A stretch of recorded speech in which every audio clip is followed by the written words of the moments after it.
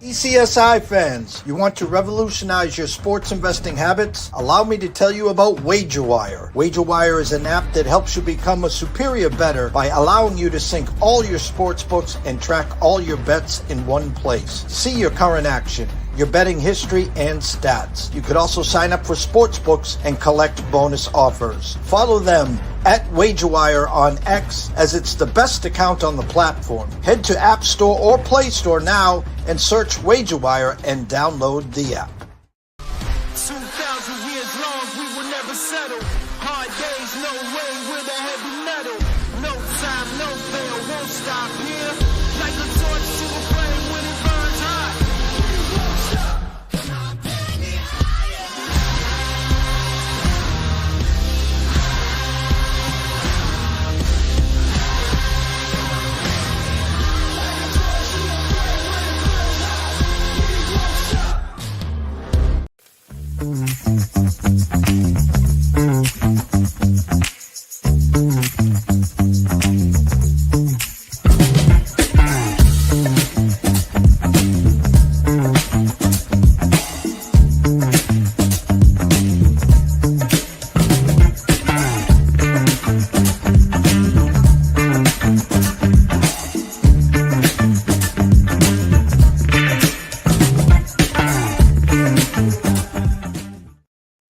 Good morning, sports fans from all around the globe. I am the host, Jeff Dawson, East Coast Sports Investors, and it's that time of the week for the Tea Time Wagers with none other than good friend and colleague, Mr. Brady Kannon, live this week at the Mexico Open VidantaWorld.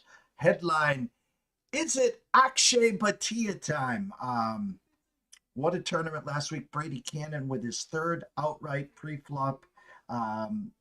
It's not easy to pick one winner here in a pre-flop. We were talking backstage on how to attack golf tournaments pre-flop, and we had a great conversation there. Maybe we'll get into that here. But excited for the Mexico Open here and his thoughts pre-flop and some head-to-heads as well. So first and foremost, a shout out to our proud sponsors and partnerships. It's WagerWire. Head on over to Google Play. Download the app. It is free. Viva Tequila Seltzer, 6 flavors in all. The East Coast is cuckoo for coconuts. And last but never least, AtlantaSteaksAndSeafood.com. Head on over to Facebook. Introduce yourself to Terry Smith. And then while you're there, head on back to AtlantaSteaksAndSeafood.com. Steaks, chops, appetizers. He's got you covered to eat healthy and right in 2025. And he's got 4 great subscription packages. Set it and forget it. Every 30 days, Terry will send you whatever you want, and you'll never have to leave the house other than to get another propane tank. So without further ado, let's bring him in, Mr. Brady Kannon. Good morning, Mr. Dawson. I like that one about the only thing you got to do is refill the propane tank. I can align with that. Yeah, it's getting towards grill season. I hate to bring this up. I know you've been buried in snow and all that good stuff. Monday coming up. Monday, what is that? The 24th of February. We're supposed to hit 80 degrees out here in Las Vegas, and it's it's going to be great. And I'm going to try and get out and play golf myself, but it's also a little scary. Like, wait a minute, February 80. We should still be only about 65, maybe 68 at the most. But anyway, we'll take it. Back in the day, I used to go to Vegas 5-6 times a year, and the big trip was right in March, 2 to 3 weeks. It was for high stakes fantasy baseball. It was for March Madness, and of course the start of Major League Baseball. And usually in that trip, by the end, the third week, we see some low 80s, people hanging out by the pools. But the real great trip is in July for the World Series of Poker. And that's the 105, the 110s. Yeah. And the last couple trips, 115, 117. Yeah, Brady. exactly. We're heating up, man. I tell you. Well, last year, I don't know if it was necessarily like this where you are, but I went a lot of different places across the country last summer. I was on a vacation with my wife where we went to 4 or 5 different spots. First of all, here in Las Vegas, we hit an all-time ever record high. They record the temperatures at the airport in the shade. And for decades, the highest ever recorded temperature was 117. And last summer, we broke it by 3 degrees. We hit 120. And then all these other places that I traveled around the country, they were hitting records as well. It was brutal. The whole country was record-breaking hot last summer, it seemed like. So I hope we're not in for that again, but 80 degrees on February 24th is not necessarily a promising sign.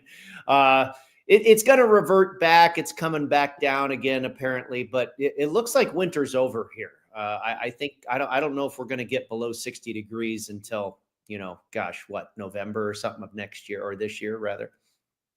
Last weekend, back to Torrey Pines because of the wildfires, no Riviera. And the second time they were back there, the first time, Ludwig Oberg, one of the big names there, and got sick, to be honest with you. He got sick and tried to muscle through Saturday and Sunday, and it was ugly. Come back here 2 weeks later, Scotty, Rory, big boys here, elevated event, and going to Sunday, we talked about it backstage. Maverick McNeely had the round of a life. It was almost like watching Caddyshack, where the guy couldn't miss that one. I'm gonna, a 9 under through like 11, 12 holes, but Oberg says, hold my beer. I have something here left in the tank. And by 14th or 15th hole was the favorite here at ECSI. We sent out Sunday morning, Oberg plus 293 to win. It didn't look good early, but what a finish. Oh man, that was a great golf tournament. And here I was sitting with McNeely. That was a player I was on early in the week. And then I ended up adding Oberg.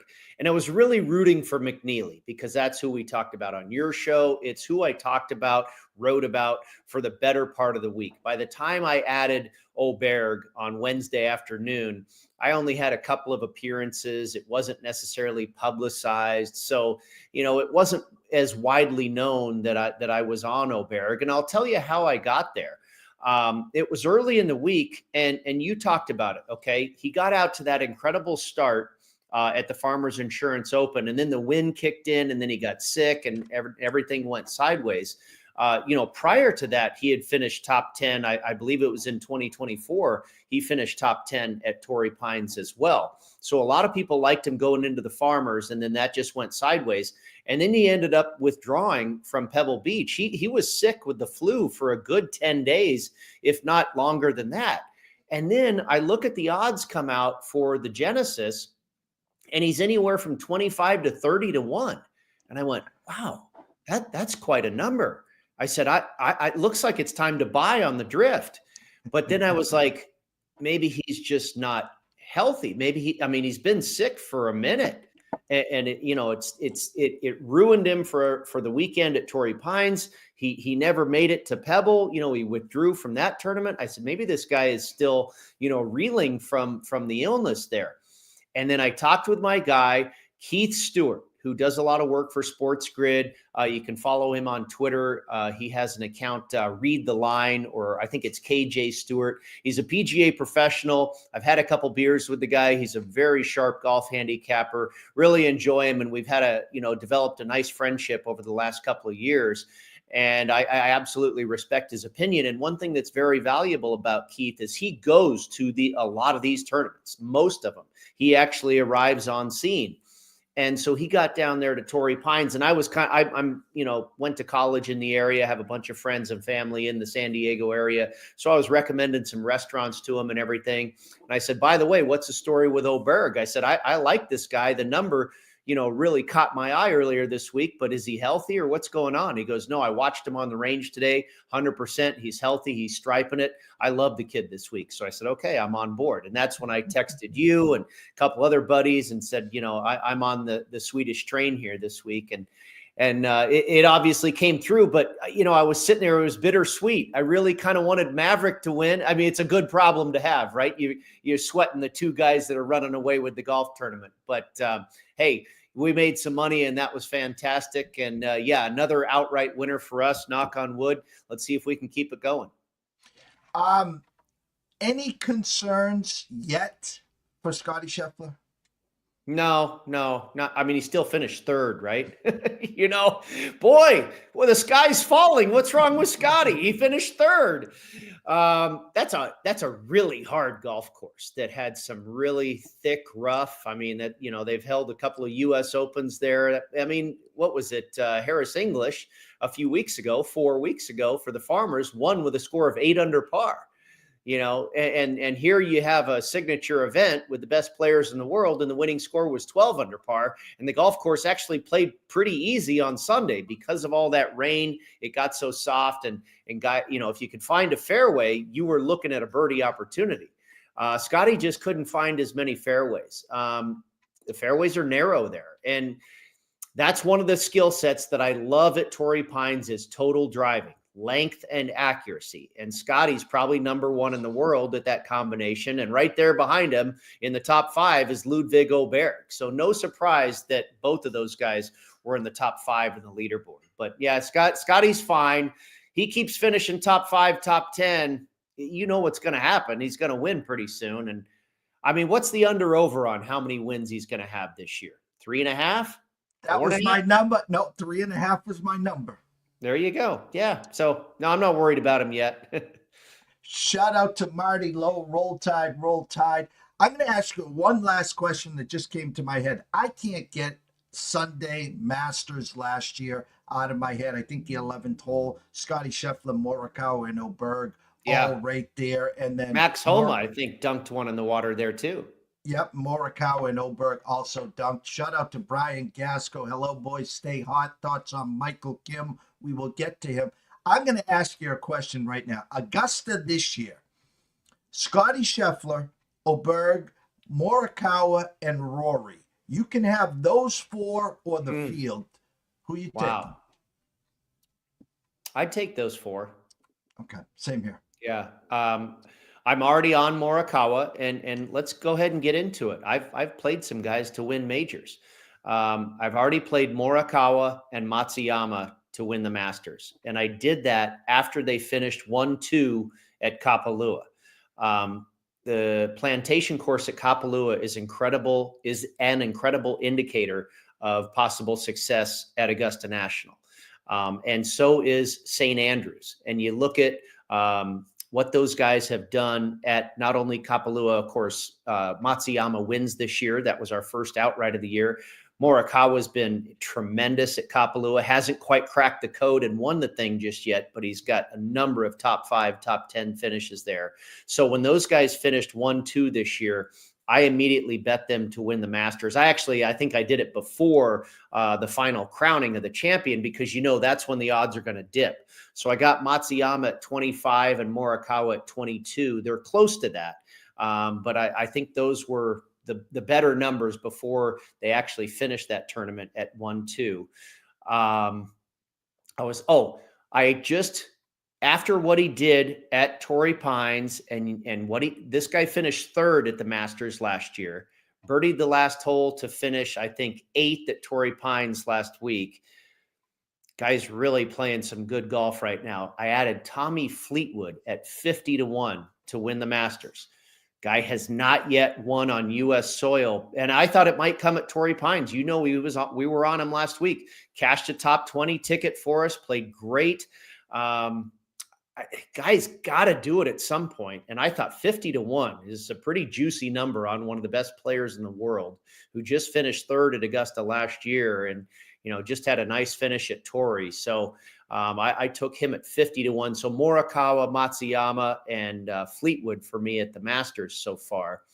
After Harris English, or just before he won at Torrey Pines 4 weeks ago, I bet him to win the U.S. Open at 150-1, which is at Oakmont, where Dustin Johnson won in 2016. I think Harris English did pretty well that year, if I recall. I think he might have finished top 30 or top 40, but he is a consummate U.S. Open type player. Finished 3rd at the U.S. Open at Torrey Pines. That was a part of our handicap in 2021. He had done well, very well there in the past, has done well at the U.S. Open at Winged Foot in 2020. If you look at the guy's U.S. Open resume, it's pretty darn good. And you remember from watching that final round at Torrey, that's the kind of player he is. Just boring, hit it straight, make putts, scramble, and win the darn golf tournament. So I thought 150 to 1, why not? I'll take a shot with Harris English. And then I bet for the PGA Championship, which is going to be at Quail Hollow, where it was in 2017 when Justin Thomas won. If anybody recalls, Quail Hollow was one of my very top correlated courses for Torrey Pines, because I think they strongly share the same skill set of total driving. I go back to total driving being a really important skill set needed at Torrey Pines. It's probably number one what you need also at Quail Hollow. And look at Rory McIlroy, one of the, again, best drivers of the golf ball in the world, has had tremendous success at Quail Hollow. So two guys I bet for the PGA Championship, which is going to be at that golf course, Jason Day, who has won twice at Torrey Pines and won at Quail Hollow, got him at 80 to 1.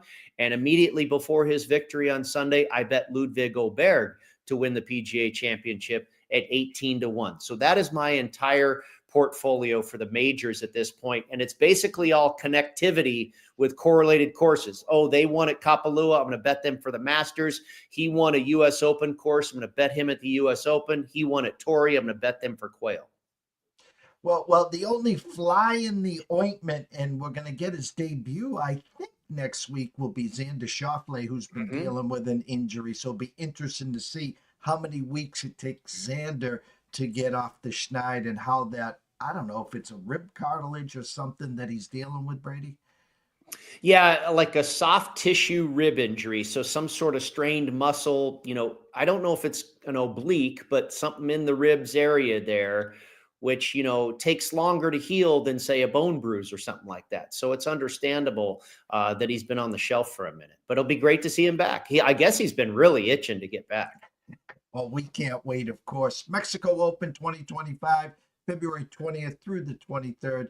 Vedanta Valera, par 71, yardage 7436. So thoughts, correlated courses when you got to your outrights here? Yeah, this is going to be the fourth time that we've seen the golf course. It's a Greg Norman design, Nuevo Vallarta, right there by Puerto Vallarta, not too far off the coast in Mexico. Big golf course, big wide fairways, not too much rough to deal with. It's really been a bomber's paradise, and not that the shorter hitters can't find their way onto the leaderboard, but it caters to the bombers. Because they can just grip it and rip it and not worry about, being too errant as far as accuracy, because again, the rough is not too penal. Now there's a lot of water on the course and a lot of sand bunkers.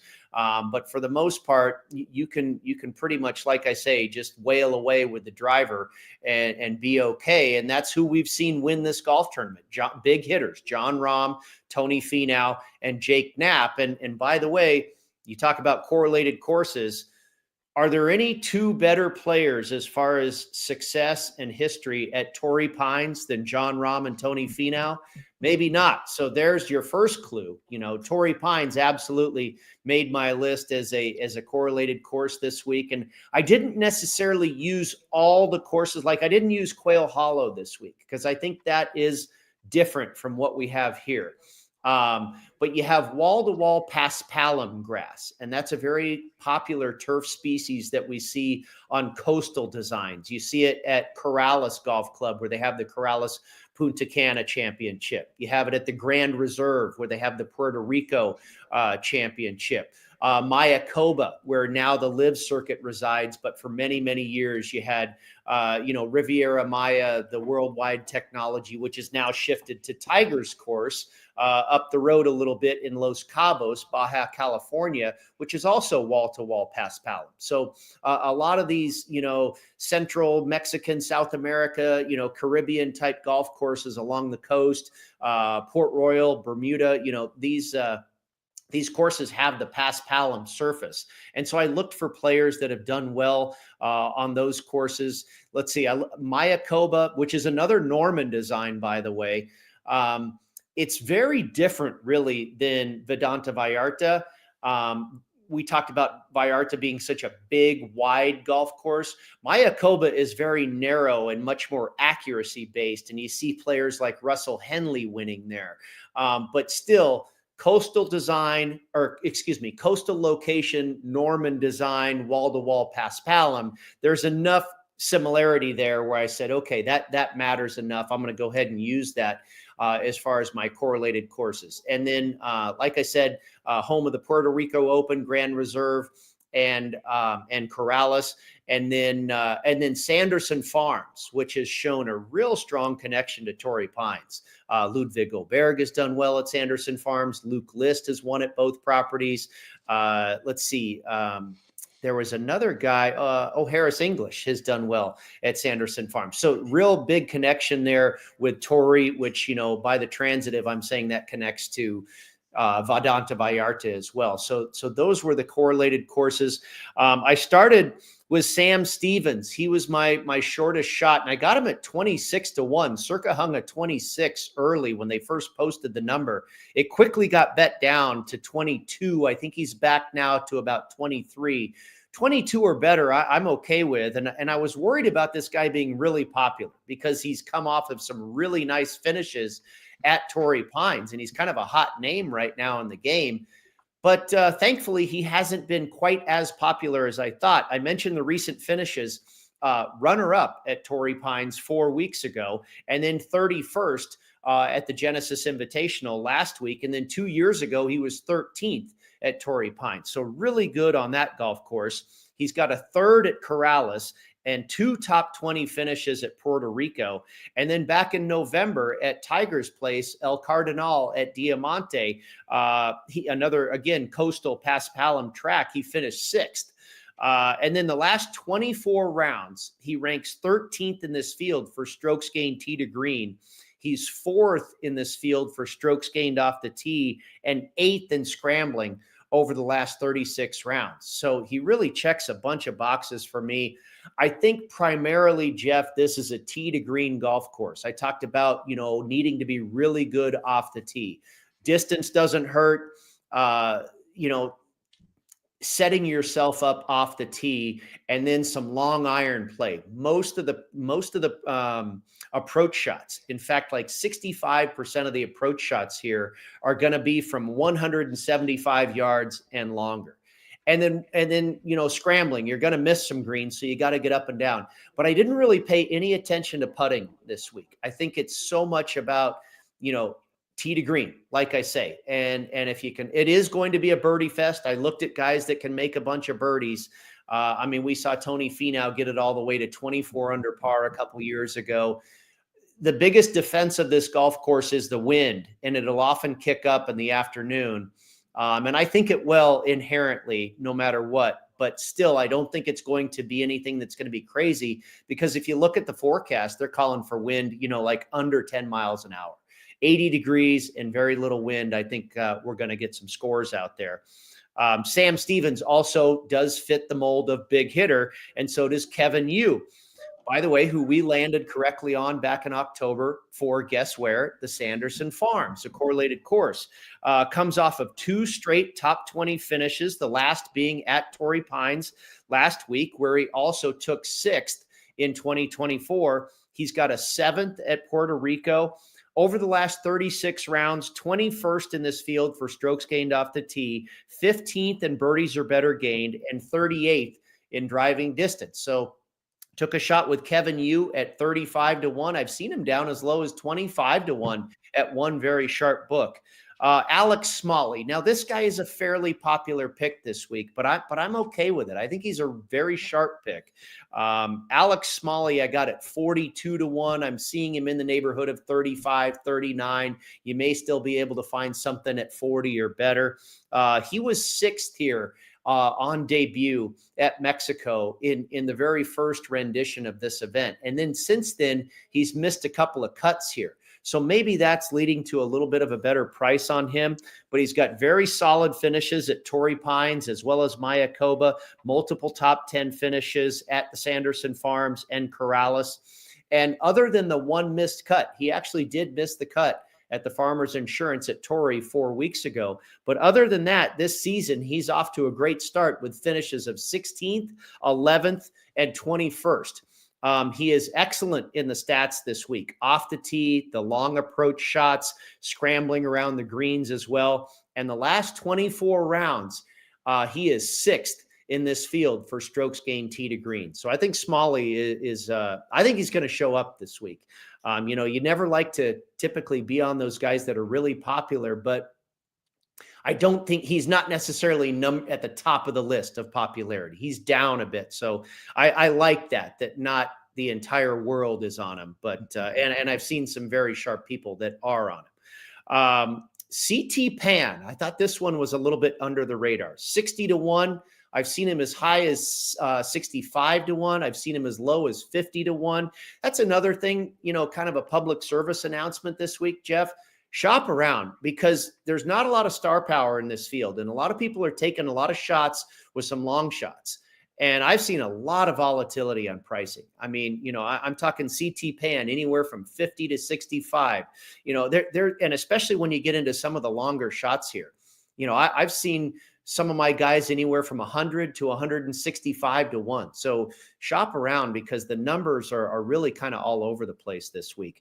But CT Pan, 3rd here last year at Vedanta Vallarta, and has really excelled at the correlated courses over the course of his career. 16th and 11th at Mayakoba, runner-up at Torrey Pines, and he's finished 12th, 11th, and 9th at the Sanderson Farms. 37th in this field for strokes gained approach, 22nd for birdies or better gained, 15th in scrambling, 24th in hole proximity from 200 yards or better, all over the last 36 rounds. Last 24 rounds, 18th in this field for strokes gained tee to green on CT Pan. Got him at 60-1. And then this was a guy that I thought about right when they released the odds, and that's Lanto Griffin. I dug him out of the rough years ago at Torrey Pines because he was a guy that popped on my stats crunch. And sure enough, he finished top 10. And if you look at what this guy has done on the correlated courses, he's been sneaky good at Torrey Pines throughout his career. He's got finishes as high as 12th, 7th, and he was just 9th 4 weeks ago at Torrey. So he really plays that golf course well. Sanderson Farms, he's finished 28th and 11th.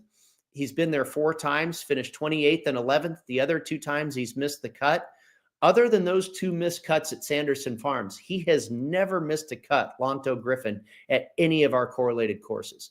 So this guy's career has been a little bit all over the map. There's times when it looks like he's going to be an absolute rising star. And then just recently, he had to win the Korn Ferry Championship at the end of the year to keep his job, which he did back in, I think it was November.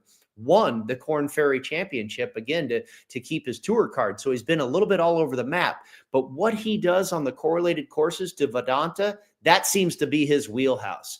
The best I was able to find here in Las Vegas was 80-1. I've seen as high as 110-1. And I went back and looked at that same shop earlier this morning, and they were down to 88. So somebody's catching on here to Lanto Griffin. I like that play. I could really see him being a guy that's under the radar that, and again, I've played all these guys as usual for a top 20 finish. I think all these guys have a great chance for a top 20 finish. And if they're going to finish top 20, then they're probably going to have a chance to win it. Hayden Springer at 120-1. Now, everybody on my list so far has certainly checked the box of being a big hitter, except for CT Pan. He's not necessarily a bomber. Gets it out there pretty good. But Hayden Springer is definitely a bomber. 120-1. Last 36 rounds, 9th in this field for strokes gained off the tee, 22nd in driving distance, 33rd for strokes gained approach, and 12th in hole proximity from 175 to 200 yards. Just last season, 8th at the Sanderson Farms, 3rd in Puerto Rico, and he finished 6th at Torrey Pines just 4 weeks ago. Joel Damon at 125-1. And this is another guy that is not necessarily a bomber, but he's still getting it out there close to 300 yards. Now, on tour where he ranks as far as driving distance, he's in the, 125 to 150-1 neighborhood, but this guy still gets it out there pretty good, and he's deadly accurate. 2 top 10 finishes and 2 top 20s at MORIKAWA, 2 top 10 finishes at Torrey Pines. Twice he's finished 13th at the Sanderson Farms. And at Corrales Punta Cana, he's finished 12th, 13, and won the darn thing in 2021. Now, this will be his debut at VidantaWorld, but he did finish 14th back in November at Tiger's Place in Los Cabos. Again, not necessarily a correlated course for me, but similar coastal location with the Paspalum. And over the last 24 rounds, he ranks 7th in this field for strokes gained tee to green. So Joel Damon, my final and 7th pick at 125 to 1. Hayden Springer, CT Pan, Lanto Griffin, Sam Stevens, Kevin Yu, and Alex Smalley round out the group for this week. Before we get to your head-to-heads, Brian Gaskell, good friend, colleague, my partner in our one and dones in the Mayo Cup, wants to know your thoughts on Michael Kim this week. Good player, man, and he always seems to do well at Torrey. Okay, his lone PGA Tour victory came at the John Deere Classic, which is not necessarily a correlated course, but the one similarity is it's, having success against a watered down field. He has done well at Torrey Pines, which is a correlated course. I certainly wouldn't be surprised by a top 20 finish. I haven't checked his numbers as far as what he's done here in Mexico in the past. I venture to say he's done pretty decent. At least one top 20 finish would be my guess. But I don't think it's a bad play. And he comes off of a pretty good week at Torrey Pines. I think he was there last week, played in the Genesis last week, and I think did okay. And wasn't so bad, if I recall, 4 weeks ago there either. So, no, the form seems to be good. I think the golf course probably fit. He's not necessarily a bomber. But again, he gets it out there pretty good and has had success on these courses where you have to hit it long and straight. So no, I don't think it's an awful play at all. Didn't make my card, but hey, you can't pick them all, right? No, and lastly, from me, plus 2050, my potential. We got time to change this, of course, one and done. What's your thoughts on Kitayama this week? I don't know about him, man. It just seems like he's, is he too obvious? Is he too popular? I don't necessarily want to get too close to the top of the board this week. I think you're much better off going deeper down the board this week. Akshay Bhatia is probably, without a doubt, the best player in the field. Is he going to win? Has Akshay Bhatia ever been 11 to 1 in his life before? No. All of a sudden, he's got expectation. We love Akshay Bhatia when he's 50 to 1, when he's 80 to 1. And cashed a ticket for us with a top 20 finish last week. But now he's supposed to be the best. And same with Kitayama. I don't know if I want to go there. I would probably, as far as a one and done, I might go with probably my 3 shortest shots: a Stevens, a Yu, maybe Kevin Yu. He might be my guy for my one and done. Kevin Yu.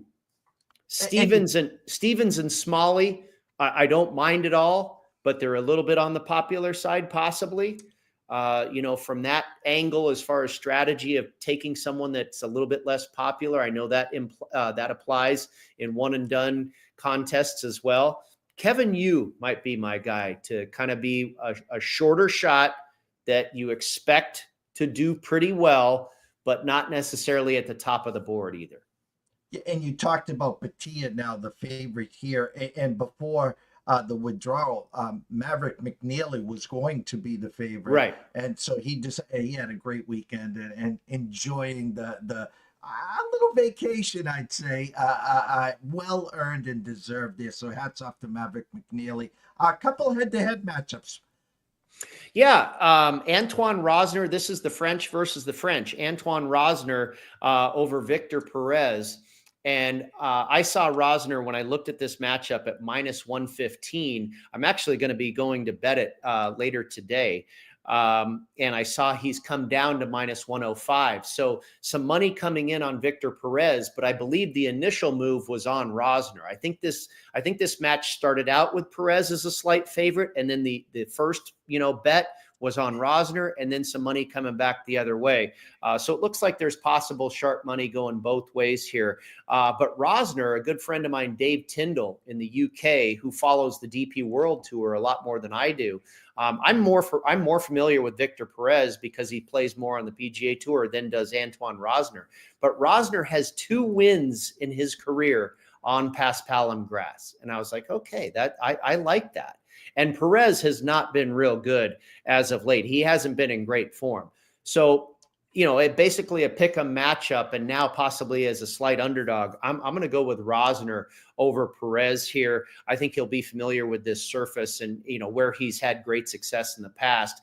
I think he can have some success here again. And then my guy, Lanto Griffin, who is a pick'em. I saw 115 the other day when I sent this to you. Now I'm seeing again some money coming in on Ricky Castillo, who's definitely an up-and-coming player, a Florida Gator who has done very well on the Korn Ferry Tour.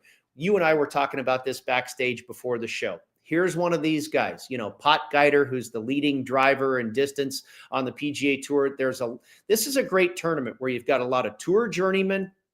You've got a lot of guys who've had success on the DP World Tour and are now trying to make it on the PGA Tour. You've had a lot of guys who are Korn Ferry Tour graduates and have had success there and now are trying to make it on the PGA Tour. It's a great melting pot of people really trying to make a name for themselves on the PGA Tour in this tournament. And it's a good watch to try and make some notes like who's the next, rising star.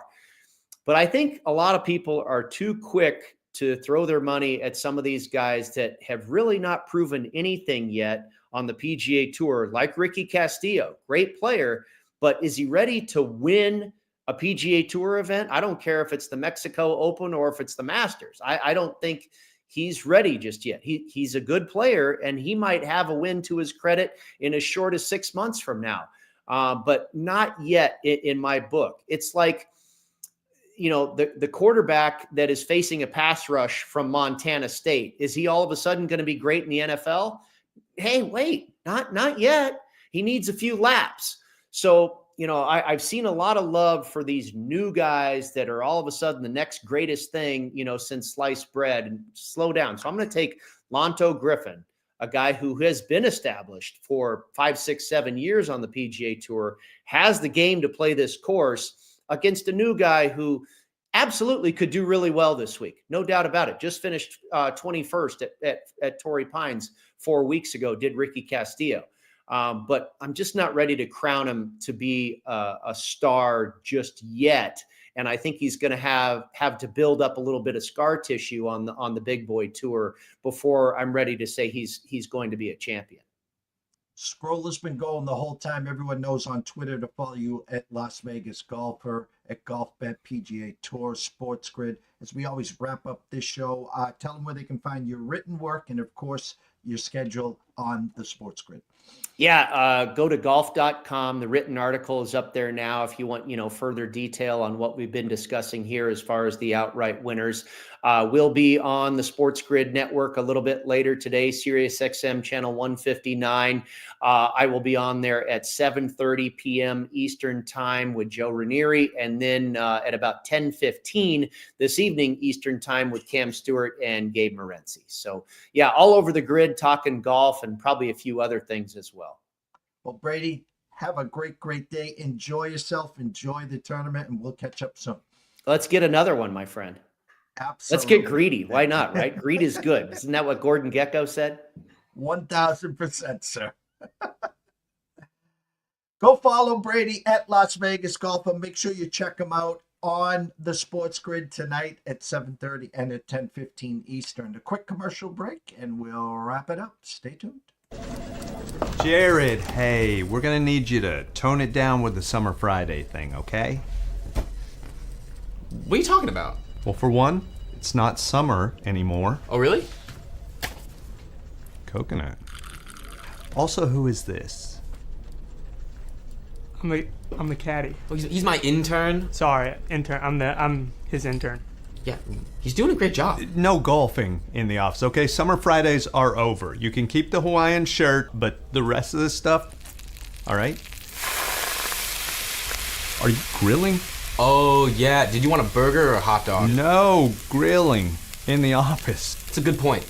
We should take this outside. No, that don't. You put that right back down. Yo, it's all in the hips. Oh, dude, come on, we gotta go. Let's go.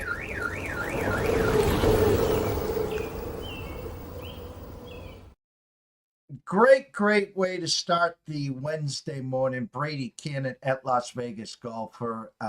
Lot of other spots. Go check out his written work at golf.com, golf bet, PGA Tour, and of course, catch him tonight and throughout the weekend on the Sports Grid.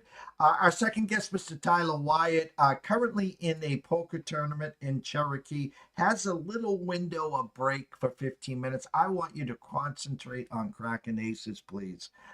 We'll catch up to you next week. So you can send us a snapshot of you holding up the trophy, and that will be our little spot for you today. On our timeline, 5 o'clock, the closing bell with Riley Magnuson. We'll get you caught up on what is going on in the world of sports. Big NHL game tomorrow, Four Nations in Boston here. Some UFC this weekend. We're going to try to move that up to 3 o'clock. So keep an eye on our timelines, 3:30. We'll be back there. Tomorrow morning, 11 a.m., Adam Trigger will be back talking some college hoops. 3 o'clock, Lou Finocchiaro. Fight Night Fortunes, Seattle this weekend, as we'll go over that card. And of course, on Friday, the NCAA Insiders are back talking some college baseball. Shout out to Kyle Mazur. Shout out to Elijah Cox. I couldn't have done this without you guys. You're the best around. Thank you so much for all your hard work and dedication. Brian Gaskell, Marty Lowe, everyone else watching, the good doctor himself. Everyone have a blessed morning, and we will see you this afternoon. Stay tuned.